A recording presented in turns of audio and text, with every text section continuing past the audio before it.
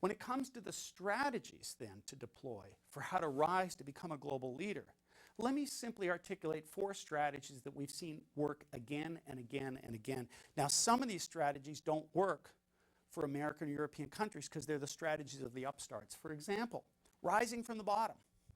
This is the playbook we first saw in the United States with Toyota. Start with low price, gain quality, then add innovation to broaden out your market reach. Toyota's done it, right? They target the utility buyer that just wants to buy the basics at good price to build a base of business.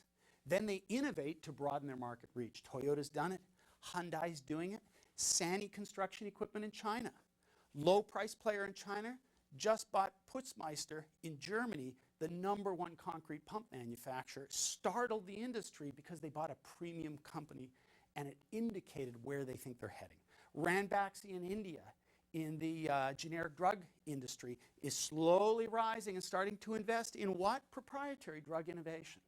So we're seeing them with that same playbook of first price, then quality, finally innovation. Now the counter to that, historically, for Western firms, has been global standards of innovation. What we do as a firm is we've set the bar for the best. We are the best products. We know there is some demand for the best products everywhere in the world. And we go to those parts of the world, and the bet we're placing is that the market will come to us. That the standards of demand will rise fast enough that people in all those other rising economies will perceive the value we truly represent, and they'll move in our direction. This is Caterpillar's strategy, BMW's strategy, Starbucks as it moves around the world. Starbucks is saying, look, we understand the value of a great cup of coffee. The market will come to us. LVMH, you know, in the ultra-luxury market, that if you're very, very wealthy, someday you're going to want Louis Vuitton luggage. The market will come to us at our price point, at our quality. It's a big bet. The third strategy that seems to work in gaining market leadership is local advantage exploited globally. So Wipro in Bangalore, India. We have an advantage in the quality of computer programming staff, the price of those staff. We exploit it by selling it all over the world.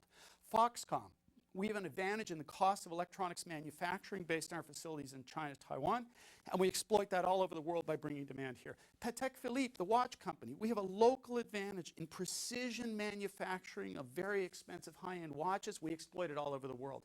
McKinsey, we invested 25, 30 years ago in building local offices in countries everywhere in the world. We have a depth of insight about markets, large and small, far and near, and we're now exploiting that because as companies need to learn more about the market in Timbuktu, we have people who actually understand that. We can exploit that on a global basis. So local advantage exploited globally. What's the challenge with this strategy? Well, it's a big bet that that local advantage is sustainable, that it can't be replicated, or that the costs don't get out of control, or that some other factor comes into being such that what we thought was a unique situation, in fact, becomes commonplace.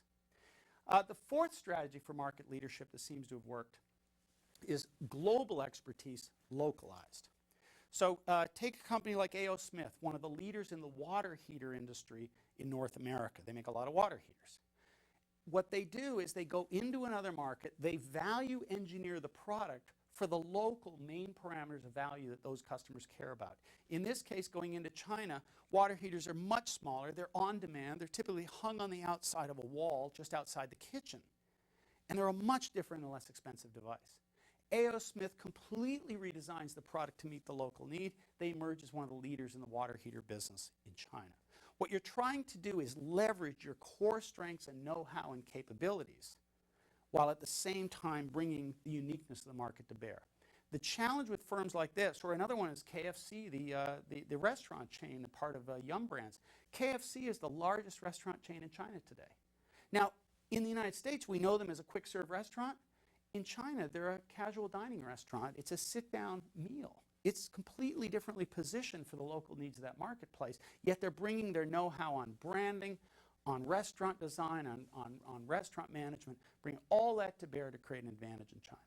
The risk to these companies, is that as the markets around the world come to common standards of demand for value, a lot of the investments that they've made in those localized products may need to be completely reinvested in to meet new and changing global standards, but they've at least gotten in early enough before that commonality demand exists, such that they're in a very good position to follow that trend and to eventually have their businesses join up and have common standards as to what it is they sell within marketplaces.